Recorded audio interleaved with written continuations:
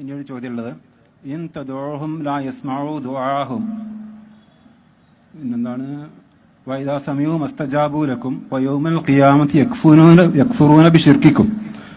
അപ്പോൾ ഇൻ തദൂഹും, നിങ്ങൾ അവരോട് പ്രാർത്ഥിച്ചാൽ, ലാ യസ്മഉ ദുആക്കും, നിങ്ങളുടെ പ്രാർത്ഥന അവര് കേൾക്കുകയില്ല, കേട്ടാലോ അവര് മറുപടി പറയുകയുമില്ല. യൗമൽ ഖിയാമത്തി യക്ഫുറൂന ബിശിർക്കിക്കും, ഖിയാമത്ത് നാളിൽ നിങ്ങളുടെ ഷിർക്കുകളെ അവര് നിഷേധിക്കും. അപ്പൊ ഈ ഷിർക്ക് എന്നുള്ള പ്രയോഗം അതിന് മുമ്പ് യദൂന എന്നതുമായി ബന്ധപ്പെടുത്തിയാവുമ്പോ അവിടെയുള്ള ആ ഷിർക്ക് എന്താണെന്ന് വ്യാഖ്യാനിക്കണം.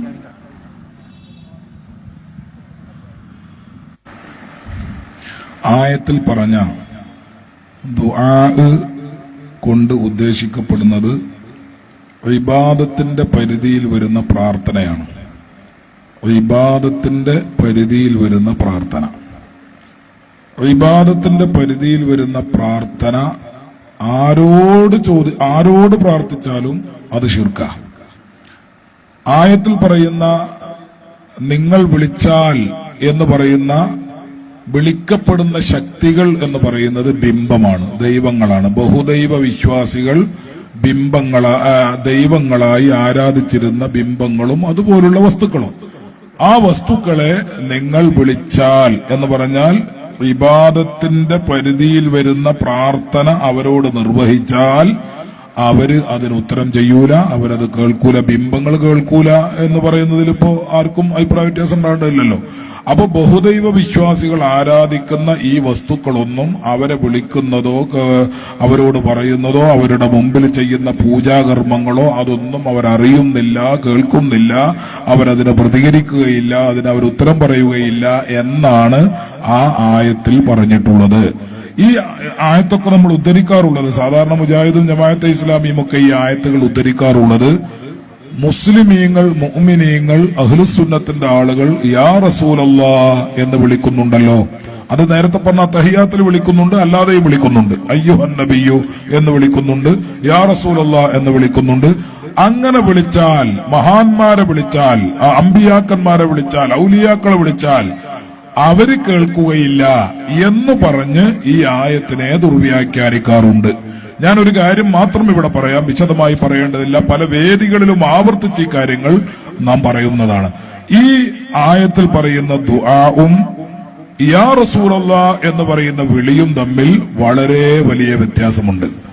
ആയത്തിൽ പറയുന്ന ദുആ ആ ആരാധനയുടെ പരിധിയിൽ വരുന്ന ആരാധനാ മനോഭാവത്തോടെ ചെയ്യപ്പെടുന്ന, നിർവഹിക്കപ്പെടുന്ന വിളിയെക്കുറിച്ചാണ് ആയത്തിൽ പറയുന്നത്. യാ റസൂലല്ലാഹ് എന്ന വിളി അത് ആരാധനാ മനോഭാവത്തോടെ നിർവഹിക്കപ്പെടുന്ന വിളിയല്ല, ആരാധനാ മനോഭാവത്തോടെ നിർവഹിക്കപ്പെടുന്ന വിളിയല്ല. ഇതാണ് അതിന്റെ വളരെ ചുരുക്കിയുള്ള ഒരു വിശദീകരണം. മുജാഹിദ് മൗലവിമാരോട് ആദം അലൈഹിസ്സലാമിന്റെ മുമ്പിൽ മലക്കുകൾ ചെയ്ത സുജൂദിനെ കുറിച്ചൊരു ചോദ്യമുണ്ട്. സുജൂദ് ദുആ പോലെ തന്നെ ആരാധനയാണല്ലോ. ആ സുജൂദ് എന്ന് പറയുന്ന ആ കർമ്മം മലക്കുകൾ ആദമിന്റെ മുമ്പിൽ ചെയ്തപ്പോൾ അതിനെക്കുറിച്ചൊരു ചോദ്യമുണ്ട്. അതും ആദമിനുള്ള ആരാധനയാവില്ലേ, അത് ആദമിനുള്ള ആരാധനയാവില്ലേ എന്ന ഒരു ചോദ്യം. ആ ചോദ്യത്തിന് മുജാഹിദ് മൗലവിമാർ അവരുടെ ഖുർആൻ പരിഭാഷകളിലും മറ്റു ഗ്രന്ഥങ്ങളിലും ഒക്കെ പറയുന്ന മറുപടി സുജൂദ് 2 ജാതി ഉണ്ട് എന്നാണ്. സുജൂദ് 2 തരായുണ്ട്, 2 ജാതി ഉണ്ട്. ഏതാ 2 ജാതി സുജൂദ്, 2 ഇനം സുജൂദ് ഏതാ? അത് മൗലവിമാര് വിശദീകരിക്കുന്നത് സുജൂദ്, ഒന്നാമത്തെ സുജൂദ് ആരാധനാ മനോഭാവത്തോടെ നിർവഹിക്കപ്പെടുന്ന സുജൂദ്. രണ്ടാമത്തെ സുജൂദ് ആരാധനാ മനോഭാവം ഇല്ലാതെ നിർവഹിക്കപ്പെടുന്ന സുജൂദ്. ഇതില് ആരാധനാ മനോഭാവം ഇല്ലാത്ത സുജൂദാണ് ആദമിന്റെ മുമ്പിൽ മലക്കുകൾ ചെയ്തത്. അതുകൊണ്ട് മലക്കുകൾ ചെയ്തത് ശിർക്കാണെന്നോ ആദമിനുള്ള ഇബാദത്താണെന്നോ അതുകൊണ്ട് മലക്കുകൾ മുശ്രിക്കുകളാണെന്നോ പറയാൻ നിവൃത്തിയില്ല. എന്തുകൊണ്ട്? ആരാധനാ മനോഭാവം ഇല്ലാതെയാണ് അവർ സുജൂദ് ചെയ്തത്. ആരാധനാ മനോഭാവത്തോടെയുള്ള സുജൂദോ അത് അള്ളാഹുവിന്റെ മുമ്പിൽ മാത്രമേ ചെയ്യാൻ പറ്റൂ. അത് മറ്റൊരു സൃഷ്ടിക്ക് മുമ്പിൽ ചെയ്താൽ അവർക്കുള്ള ഇബാദത്താകും. അതുകൊണ്ട് ആ ചെയ്ത ആള് മുശ്രിക്കാകും, ഇസ്ലാമിൽ നിന്ന് പുറത്താകും. അപ്പൊ സുജൂദ് 2 തരണ്ട്. ഒന്ന് ആരാധനാ മനോഭാവത്തോടെയുള്ളത്. അത് മറ്റുള്ളവരുടെ മുമ്പിൽ ചെയ്യാൻ പാടില്ല. മറ്റൊന്ന് ആരാധനാ മനോഭാവം ഇല്ലാത്തത്, അതാണ് മലക്കുകൾ ആദമിന്റെ മുമ്പിൽ ചെയ്തത്. അതുകൊണ്ട് അവർ മുശ്രിക്കുകളല്ല. എന്നാ പിന്നെ ദുആവും രണ്ട് ജാതി ഉണ്ടായിക്കോട്ടെ. ദുആ രണ്ട് തരണ്ട്, രണ്ട് ജാതി. ഏതാ ഒരു ജാതി? ഒന്ന് ആരാധനാ മനോഭാവത്തോടെയുള്ള ദുആ, മറ്റൊന്ന് ആരാധനാ മനോഭാവം ഇല്ലാത്ത ദുആ. ആരാധനാ മനോഭാവത്തോടെയുള്ള ദുആയാണ് നിങ്ങൾ പറഞ്ഞ സൂറത്തുൽ ഫാത്തിറിലെ ആയത്തില് ബിംബങ്ങൾക്ക് മുമ്പില് ഇവര് ചെയ്ത, ഈ മുശ്രിക്കുകൾ ചെയ്ത ദുആ, അത് ആരാധനാ മനോഭാവത്തോടെയുള്ള ദുആ ആണ്. എന്നാൽ റസൂലുള്ളാഹിനെ വിളിച്ചുകൊണ്ട് മുഅ്മിനീങ്ങൾ ചെയ്യുന്ന, നിങ്ങൾ പറയുന്ന ദുആഓ, നിങ്ങൾ പറയുന്ന, ഞങ്ങളതിന് ദുആ എന്ന് പറയാറില്ല, ഞങ്ങൾ അതിന് ദുആ എന്ന് പറയാറില്ല. യാ റസൂലല്ലാഹ് എന്ന് റസൂലുള്ളാഹി തങ്ങൾ മരിച്ച് വഫാത്തായതിനു ശേഷം അള്ളാഹുവിന്റെ റസൂലിനെ വിളിക്കുന്ന ആ വിളി, അത് ആരാധനാ മനോഭാവം ഇല്ലാത്ത ദുആയാണ്. അപ്പൊ രണ്ടു തരം ദുആ. ഒന്ന് ആരാധനാ മനോഭാവത്തോടുള്ളത്, അത് അള്ളാന്റെ മുമ്പിൽ മാത്രം. മറ്റൊന്ന് ആരാധനാ മനോഭാവം ഇല്ലാത്തത്, അത് റസൂലുള്ളാഹിനാകാം, മുഹ്യിദ്ദീൻ ശൈഖിനാകാം, ബദരീങ്ങളാകാം. ഏതുപോലെ സുജൂദ് രണ്ടു തരം. ഒന്ന് മലക്കുകൾ ആദമിന്റെ മുമ്പിൽ ചെയ്ത സുജൂദ്, അത് ആരാധനാ മനോഭാവം ഇല്ലാത്തത്, അത് കുഴപ്പമില്ല. ഇനി മറ്റൊന്ന് ആരാധനാ മനോഭാവത്തോടെയുള്ള സുജൂദ്, അത് പാടില്ല. ഇതാണ് ഈ വിഷയത്തിന്റെ ആകത്തുക. ഇനി അവിടെ ഒരു സംശയം, എന്നാ പിന്നെ സുജൂദ് എല്ലാവരുടെ മുമ്പിലും ചെയ്യാൻ പറ്റുമോ? ആരാധനാ മനോഭാവം ഇല്ലെങ്കിൽ, ആരാധനാ മനോഭാവമല്ല, എന്നാ സുജൂദ് എല്ലാവരുടെ മുമ്പിലും ചെയ്യാൻ പറ്റുമോ? അതിന് ഉമ്മർ മൗലവി മറുപടി പറഞ്ഞിട്ടുണ്ട്. ഈ ചോദ്യത്തിന് ഉമ്മർ മൗലവി പറഞ്ഞിട്ടുണ്ട്. എന്ത്? അങ്ങനെ സുജൂദിന്റെ ബിംബത്തിന്റെ മുമ്പിൽ ഒരാൾ സുജൂദ് ചെയ്യുന്നത് കണ്ടാൽ അയാൾ കാഫറാണെന്ന് പറയാൻ പറ്റുമോ? ഉമ്മർ മൗലവിയോട് ചോദ്യം. ഉമ്മർ മൗലവിയുടെ മറുപടി പറഞ്ഞാൽ എന്താ? പെട്ടെന്ന് പറയാൻ പാടില്ല എന്നാണ്. സുജൂദ് എവിടെ? ബിംബത്തിന്റെ മുമ്പിൽ. മലക്കുകൾ ആദമിന്റെ മുമ്പിൽ ചെയ്തതല്ല, അത് ആദം നബിയാണ്, മലക്കുകളാണ്, അതൊക്കെ മനസ്സിലാവും. ഒരുപാട് വിശദീകരണങ്ങളുണ്ട്. എന്നാൽ ഇവിടെ ബിംബത്തിന്റെ മുമ്പിലാ സുജൂദ്. ആ ബിംബത്തിന്റെ മുമ്പിൽ സുജൂദ് ചെയ്ത് കണ്ടാ കാഫറാണെന്ന് പറയാൻ പറ്റുമോ? ഉമർ മൗലവിന്റെ മറുപടി എന്താ? പെട്ടെന്ന് പറയരുത്, ഒന്ന് ആലോചിക്കണം. എന്താ ആലോചിക്കേണ്ടത്? ഈ ബിംബത്തിന്റെ മുമ്പില് ഇയാള് സുജൂദ് ചെയ്യുന്നത് ആരാധനാ മനോഭാവത്തോടെയാണോ എങ്കിൽ അത് ശിർക്കാണ്, കുഫറാണ്, ഇസ്ലാമെന്ന് പുറത്താണ്. അതല്ല ആരാധനാ മനോഭാവത്തോടെ അല്ല, അയാൾ പേടിച്ചിട്ട് ചെയ്ത, അതൊരാൾ വാളെടുത്തിട്ട് ഈ ബിംബത്തിന് മുമ്പിൽ നീ സുജൂദ് ചെയ്തില്ലെങ്കിൽ നിന്നെ ഞാൻ ഇപ്പൊ വെട്ടിക്കളയും, കൊന്നുകളയും എന്ന് ഭീഷണിപ്പെടുത്തിയപ്പോ പേടിച്ചിട്ട് അയാൾ ചെയ്തതാ. എന്നാൽ അയാൾ ഇസ്ലാമെന്ന് പുറത്തു പോകോ? പുറത്തു പോകൂല എന്നാണ് ഉമർ മൗലവി പറയുന്നത്. അപ്പോ അവിടെ ഉമർ മൗലവി അതിന് വിശദീകരണം കൊടുത്തിട്ടുണ്ട്. പക്ഷെ സുജൂദ് എന്ന് പറയുന്നത് ഒരു ആരാധനയുടെ രൂപം കൊണ്ട് പ്രത്യേകമാക്കപ്പെട്ട ഒരു കാര്യമായതുകൊണ്ട് അത് മറ്റാരുടെ മുമ്പിലും സൃഷ്ടികൾക്ക് മുമ്പിൽ ചെയ്യാൻ പാടില്ല എന്നത് മറ്റൊരു മസലയും മറ്റൊരു ഹുക്കുമുമാണ്. അത് ശിർക്കും തൗഹീദുമായി ബന്ധപ്പെട്ട കാര്യമല്ല. ഇതാണ് ഈ വിഷയത്തിന്റെ ആകത്തുക. പ്രധാനപ്പെട്ട വിഷയമായതുകൊണ്ട് ഞാൻ പറഞ്ഞ കാര്യം ഒന്നുകൂടി ആവർത്തിക്കുന്നു. സുജൂദ് രണ്ടു തരമുള്ളതുപോലെ പ്രാർത്ഥനയും രണ്ടു തരമുണ്ട്. ഒരു സുജൂദ് കൊണ്ട് അത് മറ്റുള്ള അള്ളാഹു അല്ലാത്തവരുടെ മുമ്പിൽ ചെയ്ത ഇസ്ലാമെന്ന് പുറത്തു പോകും, മറ്റൊന്നുകൊണ്ട് ഇസ്ലാമെന്ന് പുറത്തു പോകൂല. അതാണ് മലക്കുകൾ ആദമിന്റെ മുമ്പിൽ ചെയ്തത്. എന്നതുപോലെ ദുആവും പ്രാർത്ഥനയും രണ്ടു വിധമുണ്ട്. ഒന്ന് ആരാധനാ മനോഭാവത്തോടെ ചെയ്യുന്നത്, അത് അല്ലാഹുവിനോട് മാത്രമേ പാടുള്ളൂ. അത് മറ്റുള്ളവരോട് ചെയ്താൽ ഇസ്ലാമെന്ന് പുറത്തു പോകും. ആരാധനാ മനോഭാവം ഇല്ലാത്ത യാ റസൂലല്ലാഹ്, മുത്തുനബിയെ, ബദരീങ്ങളെ, മുഹ്യിദ്ദീൻ ശൈഖെ, ഇങ്ങനെ ആരാധനാ മനോഭാവം ഇല്ലാത്ത വിളി, അത് ചെയ്തത് കൊണ്ട് ഇസ്ലാമെന്ന് പുറത്തു പോവില്ല. അത് തൗഹീദിന്റെ ഭാഗമാണ്. ഇതാണ് പറഞ്ഞതിന്റെ ചുരുക്കം. അപ്പൊ ഇതിന് ഈ ദുആ രണ്ട് ഇനമാണ് എന്നൊക്കെ പറഞ്ഞു. അതിനൊരു ആധികാരികമായ തെളിവ് ഉമർ മൗലവി അല്ല തെളിവ് ഉദ്ധരിക്കേണ്ടത്. കാരണം വെച്ചാല് അത് ഒരു പ്രസ്ഥാനത്തിന്റെ ഒരു നായകനായിരിക്കാം, അതുപോലെ മറ്റു പ്രസ്ഥാനങ്ങൾക്ക് നായകൻ ഉണ്ടാവും, വേറെ നായകന് വേറെ അഭിപ്രായമായിരിക്കാം. ഉദാഹരണത്തിന് ഇപ്പൊ റജബ് ഷാബാനായിട്ടുണ്ടാവും. അപ്പോ സാധാരണ ഇഹ്യാ ഉലൂമുദ്ദീനില് ഒരു റജബ് നിസ്കാരത്തെ കുറിച്ച് പ്രത്യേക പരാമർശമുണ്ട്, സുന്നത്താണെന്നൊക്കെ പറയുന്നുണ്ട്. അതേ സമയത്ത് ഫത്ഹുൽ മുഈനിൽ പറയുന്നുണ്ട് അത് വിദ്അത്താണ്. വേറെ ചില കിതാബിൽ കേട്ടിട്ടുണ്ട് അത് പ്രത്യേകം തള്ളപ്പെടേണ്ടതാണെന്നൊക്കെ പറയുന്നുണ്ട്. ഏതായാലും ഇങ്ങനെ ഫത്ഹുൽ മുഈൻ സയ്യിദ് മഖ്തൂം നമ്മൾ ആൾ തന്നെയാണ്. അപ്പൊ ഒരാൾ ഒരു സുന്നി ഒരു മുജാഹിദ് അല്ലെങ്കിൽ 11 വന്നുകൊണ്ട് പറയാണ് അത് സയ്യിദ് മഖ്തൂം പറഞ്ഞാണ്. മറ്റേത് അല്ലാമ ഗസാലി, അപ്പൊ ഇദ്ദേഹത്തെ കുറിച്ച് അത് അദ്ദേഹം പറഞ്ഞാണ്. ഇത് രണ്ടും മഹാന്മാരാണ്. അപ്പൊ ഏതെങ്കിലും ഒന്നെടുക്കും, അങ്ങനെ തന്നെ നിങ്ങളും ചെയ്യുന്നത്. അതുപോലെ ചില കാര്യങ്ങളിൽ അതായത് അവര് ഖുർആനോടും സുന്നത്തിനോടും യോജിച്ച അഭിപ്രായങ്ങൾ എടുക്കും. അപ്പം അന്നത്തെ നേതാക്കന്മാർക്ക് അത് വ്യാഖ്യാനിക്കുന്നിടത്തോ മറ്റോ ചില അപര്യാപ്തതകൾ. ഏതുപോലെ ഷാഫി ഇമാം ഒരിക്കൽ പറഞ്ഞു അസ്സലാത്തു ഖൈറും മിനൻ നൗം എന്ന് പറയുന്നത് പിന്നെ ഞാൻ ഇഷ്ടപ്പെടുന്നില്ല. പിന്നെ വേറെ കിതാബ് ഉണ്ട് എന്ന് പറയപ്പെടുന്നു. എന്ത് അദ്ദേഹം അത് പറഞ്ഞിട്ടുണ്ട്, അത് ഞാൻ ശരിക്കും മനസ്സിലാക്കിയില്ല. മറ്റേത് ഉമ്മിലുള്ളതാണ്. അപ്പോ അസ്സലാത്തു ഖൈറുൻ എന്ന ലോക മുസ്ലിങ്ങൾ അടിസ്ഥാനപരമായിട്ട് ചെയ്യുന്ന കാര്യങ്ങളാണ്. പക്ഷെ അതിനെക്കുറിച്ചാണ് ഷാഫി ഇമാം എന്ന് പറയുന്നത്. അപ്പൊ ഷാഫി ഇമാമിന് ശേഷം കിതാബ് കിട്ടിയത്. ഇങ്ങനെ അപ്പൊ എന്ന് വെച്ചിട്ട് നമ്മൾ സ്വീകരിക്കണം ഞാൻ പറയുന്നില്ല. ഞാൻ അസ്സലാത്തു ഖൈറുൻ തന്നെ സുബിവാങ്ക് കൊടുക്കുകയാണെങ്കിൽ ചെയ്യാം എന്നതുപോലെ ഈ ഒരു ഉമർ മൗലവിയെ തെളിവ് ഉദ്ധരിച്ചുകൊണ്ട് പിന്നെ ദുആ രണ്ടിനമാണെന്നല്ല പറയേണ്ടത്. ഖുർആന്, ഹദീസ് അല്ലെങ്കിൽ ഇജ്മാ അത് കിട്ടിയില്ലെങ്കിൽ ആണ് ഉദ്ധരിക്കേണ്ടത്. അദ്ദേഹം ചോദിച്ചതിന്റെ മർമ്മം ദുആ ശിർക്കാവുന്നതും അല്ലാത്തതും ഉണ്ട് എന്നതിന് ആധികാരികമായ തെളിവ് വല്ലതും ഉണ്ടോ? വിശുദ്ധ ഖുർആനിൽ തന്നെ എമ്പാടും ദുആകൾ ശിർക്കല്ലാതെ വന്നിട്ടുണ്ട്. അപ്പോ തന്നെ ശിർക്കായ ദുആ ഉണ്ട്, നിങ്ങൾക്ക് ഏതായാലും അറിയല്ലോ. ശിർക്കല്ലാത്ത ദുആന് ഞാനാണ് ഒരുപാട് ഉദാഹരണങ്ങൾ വേണമെങ്കിൽ പറഞ്ഞുതരാം.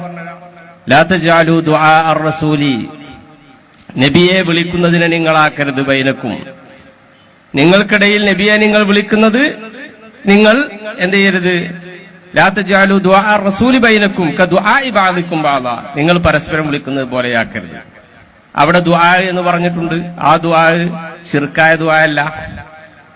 നീ ദഅവ്തു ഖൗമി ലൈലൻ വനഹാറൻ എന്ന് പറഞ്ഞിട്ടുണ്ട്. അതും ശിർക്കായ ദുആ അല്ല. നിങ്ങൾക്ക് വല്ല പ്രശ്നങ്ങൾ ഉണ്ടായിട്ടുണ്ടെങ്കിൽ, നിങ്ങൾക്ക് ആരെങ്കിലും മരിച്ചു പോയാൽ അവർക്ക് വല്ല കടവും ഉണ്ടെങ്കിൽ ഫദ്ഉനി, എന്നോട് നിങ്ങൾ സഹായം ചോദിച്ചോളൂ, എന്നെ നിങ്ങൾ വിളിച്ചോളൂ എന്ന് നബി സല്ലല്ലാഹു അലൈഹി വസല്ലം തങ്ങൾ പറഞ്ഞിട്ടുണ്ട്. അവിടെ പറഞ്ഞ ദുആവും ശിർക്കായ ദുആ അല്ല. ഫൽയദഉ നാദിയ സനദഉ സബാനിയ, നമ്മൾ സബാനിയാക്കളെ വിളിക്കുമെന്ന് അതും ശിർക്കായ ദുആ അല്ല. അങ്ങനെ ദുആ ഖുർആനിൽ എത്ര ദുആകളുണ്ട് ശിർക്കല്ലാതെ പറഞ്ഞത്. അപ്പൊ ശിർക്കല്ലാത്ത ദുആ ഉണ്ട് എന്ന കാര്യം ഉറപ്പാണ്. പിന്നെ ശിർക്കായ ദുആ ഉണ്ടെന്ന കാര്യത്തിൽ നിങ്ങൾക്ക് സംശയമില്ലല്ലോ. ഇപ്പൊ ദുആ രണ്ട് വിധം ഉണ്ടെന്നായില്ലേ. അതിനിപ്പോ ഉമർ മൗലവി ഒന്നും പറയണ്ടെങ്കിൽ പിന്നെ പച്ച മലയാളത്തില് മൗലവിമാരെന്നെ പറയുമ്പോൾ ആളുകൾക്ക് എന്തെങ്കിലും പെട്ടെന്ന് ബോധ്യപ്പെടും. അതിനുവേണ്ടി പറഞ്ഞെന്ന് മാത്രമേ ഉള്ളൂ. അസ്തജിബ് ലക്കും, അവിടെ അത് കഴിഞ്ഞിട്ട് പറയുന്നത് ഇബാദത്ത് ചെയ്യുന്ന ആയത്ത് പെട്ടെന്ന് മനസ്സിൽ വരുന്നില്ല, ബാക്കി നിങ്ങൾ ഓതിയാൽ മതി. ആ ആയത്തിന്റെ ബാക്കിയിൽ പറയുന്നത് അത് ആരാധന ഇസ്തക്ബിറൂന വരുന്നില്ല. അതായത് അതിന്റെ ആശയത്തിൽ പറയുന്നത് പിന്നെ നിങ്ങൾ ഇബാദത്ത് ചെയ്യും എന്നാണ് പറയുന്നത്. അപ്പൊ അവിടെ ദുആ, ആ ഒരേ ആയത്തിൽ തന്നെ ദുആ പറഞ്ഞ ഉടനെ അതേ സംഘത്തെ ഇബാദത്താക്കി മാറ്റുകയാണ് ചെയ്യുന്നത്. അതൊന്ന് വിശദീകരിക്കണം. ഇനി എന്താ വിശദീകരിക്കാൻ? ഞാൻ നേരത്തെ എല്ലാം വിശദീകരിച്ചു കഴിഞ്ഞു. ദുആ ആരാധനാ മനോഭാവത്തോടെ പറയുന്ന ദുആനെ കുറിച്ചാണ് അതേ ആയത്തിൽ തന്നെ ഇബാദത്ത് എന്ന് പറഞ്ഞത്. ആരാധനാ മനോഭാവം ഈ ദുആനുള്ളത് കൊണ്ടാണ് ആ ദുആനെ കുറിച്ച് തൊട്ടടുത്ത് ഇബാദത്ത് എന്ന് പറഞ്ഞത്. അത് ആർക്കാ മനസ്സിലാകാത്തത്? നേരത്തെ എല്ലാം അത് വിശദീകരിച്ചു കഴിഞ്ഞില്ലേ.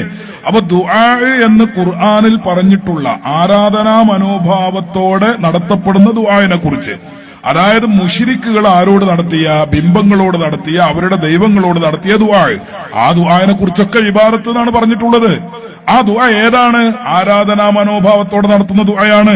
സുന്നികള് റസൂലുള്ളാഹിയോടോ അല്ലെങ്കിൽ ബദരീങ്ങളോടോ പറയുന്ന ഈ ദുആ, അതിന് ദുആ എന്ന് തന്നെ ഞങ്ങൾ പറയാറില്ല. ഇനി ദുആ എന്ന് പറഞ്ഞാലും ഒരു പേര് പറഞ്ഞതുകൊണ്ടൊന്നും ശിർക്കും തൗഹീദും അട്ടിമറിയില്ല. ദുആ ഇനിയിപ്പോ നമ്മൾ വിചാരിക്കുക, ആരാധനാ മനോഭാവത്തോടെ തന്നെ നടത്തുന്ന ഒരു വിളി, ആ വിളിക്ക് ദുആ എന്ന് ഒരാൾ പേരിടുന്നില്ല, അയാൾ വേറെന്തോ പേരിടുക. എന്നാ ശിർക്കാതിരിക്കോ? ഇബാദത്താകാതിരിക്കോ? ഇല്ല. പേരിടുന്നിടത്തല്ല. നിങ്ങളുടെ വിശ്വാസം എന്ത്? വിളിക്കുന്ന സമയത്ത് അല്ലെങ്കിൽ പറയുന്ന സമയത്ത് എന്താ വിശ്വാസം? ആരാധനാ മനോഭാവം ഉണ്ടോ? ഇത് ദൈവമാണ്, ഇത് ആരാധിക്കപ്പെടേണ്ട ശക്തിയാണ് എന്ന വിശ്വാസത്തോടെയാണോ? എങ്കിൽ അതിന് ദുആ എന്ന് പേരിട്ടാലും പേരിട്ടില്ലെങ്കിലും ഒക്കെ ശിർക്ക് തന്നെയാണ്, അത് ഇബാദത്താണ്. അതല്ല, ആ പേര് ആരാധനാ മനോഭാവം ഇല്ലാതെയാണ്. ആരാധനാ മനോഭാവം ഇല്ലാതെ നിർവഹിക്കപ്പെടുന്ന ഒരു കാര്യത്തിന് ദുആ എന്നോ ഇബാദത്ത് എന്നോ പേരിട്ടത് കൊണ്ട് മാത്രം അതെന്താവില്ല? ശിർക്കാവില്ല. ഇതാണ് എല്ലാ മുഖാമുഖങ്ങളിലും, എല്ലാ വാദപ്രതിവാദങ്ങളിലും, എല്ലാ പ്രഭാഷണങ്ങളിലും വിശദീകരിച്ചും വീണ്ടും വിശദീകരിച്ചും പറഞ്ഞിട്ടുള്ളത്. ഇതിനെ ഖണ്ഡിക്കാൻ കേരളത്തിലോ അല്ലെങ്കിൽ പുറത്തോ ഉള്ള ഒരു മുജാഹിദിനോ ജമാഅത്തെ ഇസ്ലാമിക്കോ ഇന്ന് വരെ സാധിച്ചിട്ടില്ല. ഒരു ബിദ്അത്തുകാരനും സാധിച്ചിട്ടില്ല. പറഞ്ഞ കാര്യം ഇതാണ്, നിങ്ങൾ പറഞ്ഞത് തന്നെയാണ് ശരി. നിങ്ങൾ ഉദ്ധരിക്കാൻ വേണ്ടി ശ്രമിച്ച ആയത്തിന്റെ തുടക്കത്തിൽ ദുആ എന്ന് പറഞ്ഞ കാര്യം ഏതോ അതിനെക്കുറിച്ച് തന്നെയാണ് അപ്പുറത്തെ ഇബാദത്ത് എന്ന് പറയുന്നത്. ആ ദുആ ഏതാണ്? ആരാധനാ മനോഭാവത്തോടെയുള്ള ദുആയാണ്. അതുകൊണ്ടാണ് അതിനെക്കുറിച്ച് ആയത്തിൽ എന്ത് പറഞ്ഞത്? ഇബാദത്ത് എന്ന് പറഞ്ഞത്. ഇവിടെ നേരത്തെ ഉദ്ധരിച്ച ആയത്തുകളൊന്നും അതല്ല, ഇബാദത്തിന്റെ പരിധിയിൽ വരാത്ത സാധാരണ ദുആനെ കുറിച്ചാണ് അവിടെ പറഞ്ഞിട്ടുള്ളത്. അപ്പോ ആ കാര്യം അവിടെ വ്യക്തമായി. അതോടൊപ്പം ആ ചോദ്യത്തിന്റെ ആമുഖത്തിൽ, നേരത്തെ ഉന്നയിച്ച ചോദ്യത്തിന്റെ ആമുഖത്തില് പിന്നെ ഇമാമിയങ്ങൾ തമ്മിലുള്ള മദ്ഹബിന്റെ പണ്ഡിതന്മാർ തമ്മിലുള്ള അഭിപ്രായ വ്യത്യാസത്തെക്കുറിച്ചുള്ള ചില പരാമർശങ്ങൾ ചോദ്യത്തിന്റെ മുഖ്യ ഭാഗമല്ലെങ്കിൽ പോലും ഇമാമിയങ്ങളെ അങ്ങോട്ട് വലിച്ചയച്ച് അവിടെ ഒരു ചെറിയ ആശയക്കുഴപ്പം ഉണ്ടാക്കാനുള്ള ഒരു ശ്രമം നടന്നിട്ടുണ്ട്. അതും ശരിയല്ല. ഞാൻ നേരത്തെ പറഞ്ഞിട്ടുള്ളത് വിശ്വാസവുമായി ബന്ധപ്പെട്ട കാര്യമാണ്. അതിനാണ് ഉമർ മൗലവി അങ്ങനെ പറഞ്ഞു, മറ്റേ മൗലവി ഇങ്ങനെ പറഞ്ഞു എന്ന് പറഞ്ഞ് മുജാഹിദിന്റെ മൗലവിമാരെ തന്നെ തെളിവായി ഉദ്ധരിച്ചത്. അതേസമയത്ത് നിങ്ങൾ അതിന് ഉദാഹരണമായി ചൂണ്ടിക്കാണിച്ച കാര്യമോ അത് അഖീദയുമായി ബന്ധപ്പെട്ട വിഷയമല്ലാതെ ഫിഖ്ഹുമായി ബന്ധപ്പെട്ട വിഷയങ്ങളാ. ഫിഖ്ഹിന്റെ മസലകളിൽ നിസ്കാര സുന്നത്തുണ്ടോ, സുന്നത്തില്ലേ, നോമ്പ് സുന്നത്തുണ്ടോ, സുന്നത്തില്ലേ, ഉണ്ടെങ്കിൽ തന്നെ എത്ര റക്അത്താണ്, ഏത് സമയത്താണ്, ഇതൊക്കെ ഫിഖ്ഹുമായി കർമ്മശാസ്ത്രവുമായി ബന്ധപ്പെട്ട വിഷയങ്ങളാണ്. അത് മദ്ഹബിന്റെ പണ്ഡിതന്മാർ തമ്മിൽ അഭിപ്രായ വ്യത്യാസങ്ങൾ ഉണ്ടാവും. ഈ കിതാബിൽ പറഞ്ഞതിന് അപ്പുറത്ത് വേറൊന്ന് പറയാം. അതിന് മദ്ഹബിൽ ചില മാനദണ്ഡങ്ങളുണ്ട്. മദ്ഹബ് എന്ന് പറയുന്ന ചില ഉസൂലും നിയമങ്ങളും ഒക്കെ ഉണ്ട്. ആ നിയമം വെച്ച്, നിദാനശാസ്ത്രം വെച്ച്, മസല വെച്ച്, അതിന്റെ നിയമങ്ങൾ വെച്ച്, ചട്ടങ്ങൾ വെച്ച് ഏതാ ചെയ്യേണ്ടത്, ഏതാ ചെയ്യേണ്ടാത്തത്, ഏതാ മാറ്റി നിർത്തേണ്ടത്, ഏതാണ് സ്വീകരിക്കേണ്ടത്, അതിനൊക്കെ മദ്ഹബിൽ സമഗ്രമായ നിയമങ്ങളുണ്ട്, ചട്ടങ്ങളുണ്ട്. ആ ചട്ടങ്ങൾ അനുസരിച്ചാണ് മദ്ഹബിൽ ഈ പറയുന്ന അഭിപ്രായ വ്യത്യാസങ്ങളെ നമ്മൾ സമീപിക്കേണ്ടത്. പക്ഷെ ആ അഭിപ്രായ വ്യത്യാസങ്ങളെ എന്തിനോട് കൂട്ടിക്കെട്ടാൻ പാടില്ല? അഖീദയുമായി ബന്ധപ്പെട്ട വിഷയങ്ങളോട് കൂട്ടിക്കെട്ടാൻ പാടില്ല.